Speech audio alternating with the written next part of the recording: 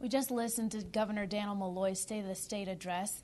Senator Fasano is here to give us your reaction. What did you think initially after all that was said and done? Well, you know, I thought it was a little bit short on details, and I was disappointed in that aspect. I also believe we didn't hear a lot about cuts.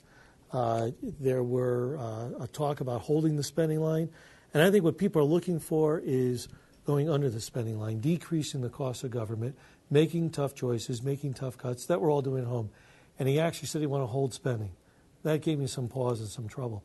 We also didn't hear the number of taxes that he announced a few days ago, gas tax, tax on hotels, tax on electricity, tax on sales tax, car tax. I mean, a whole host of things that he's been talking about for 2 days, completely left out of the budget. And that's not really telling the whole picture of what's happening to the state. Those are the things that are incensing people and are causing them to call the office and to send emails because they feel as though the state's not giving into the process and that it's the people.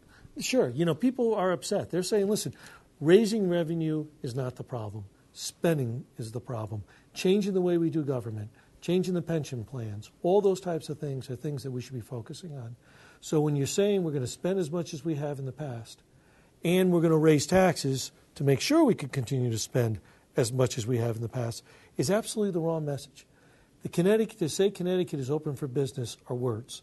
You have to make Connecticut open for business.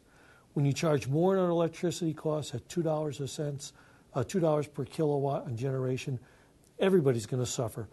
Low income, middle income, and businesses.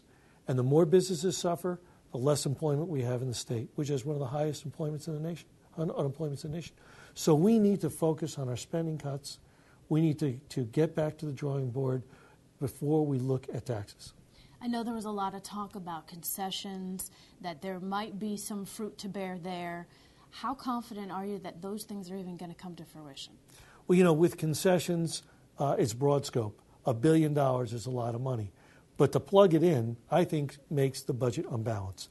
That is a hope. He may accomplish it, and I hope he does. And I think this legislature will support him if he goes on that mission.